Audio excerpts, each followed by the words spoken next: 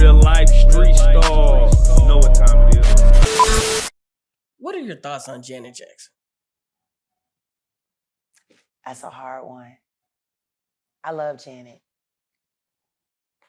And I also know that Janet came up in a time where she was trying to find her own independence and trying to find her own voice. And she wasn't going to let her daddy do to her what he did to her brother Michael. Janet is strong, she's smart, she's fierce, and she's loyal. She's a Taurus. You know, her birthday is May 19th. She's a Taurus. But the fact that her bisexuality is still being hidden. The fact that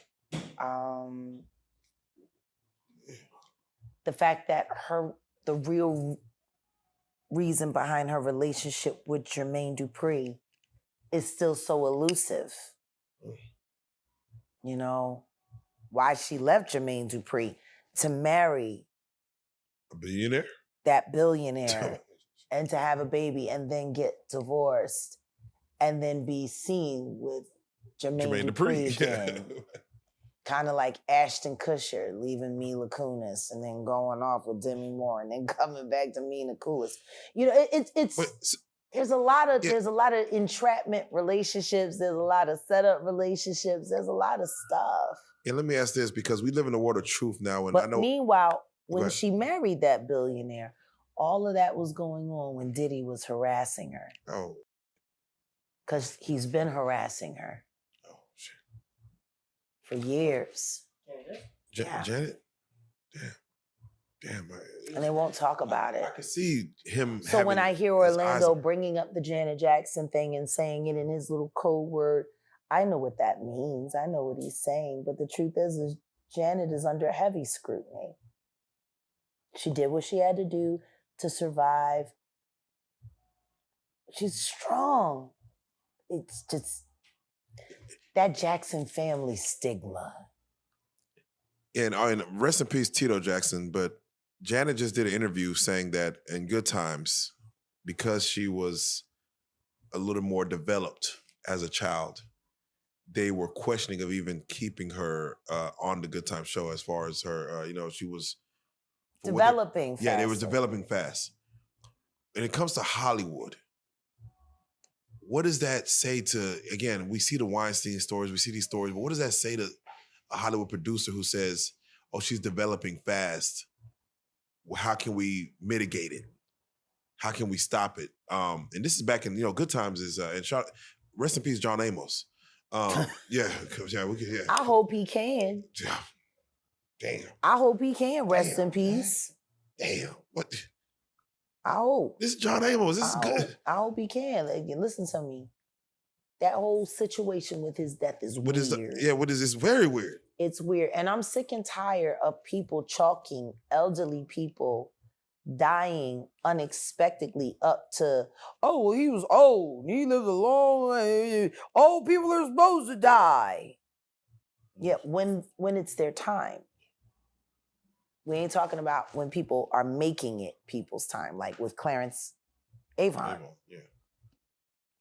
Viable human beings, thriving human beings, regardless of what age they are.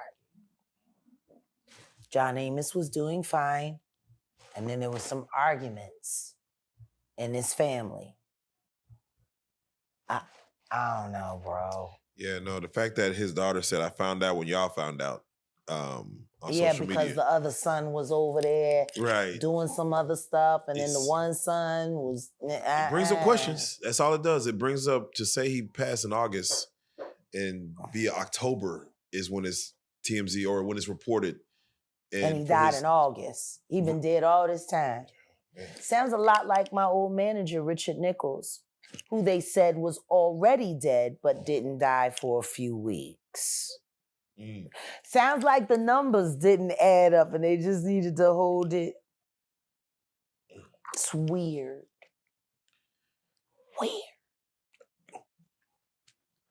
There was another unexpected passing that I just found out about the other day, that Angelo passed. Yeah. He was on the couch. Yeah. great guy, very informative. Yeah. Do you know, is there any details about that? Or how did that make you feel? There will be none. Oh. I wish I could tell everyone what happened to my friend. But the family's not talking about it, and I'm not going to talk about it. They didn't feel the need to release his cause of death. And I'm going to respect that. But what I will say is when he passed away, there was $250,000 on my head and $150,000 on his.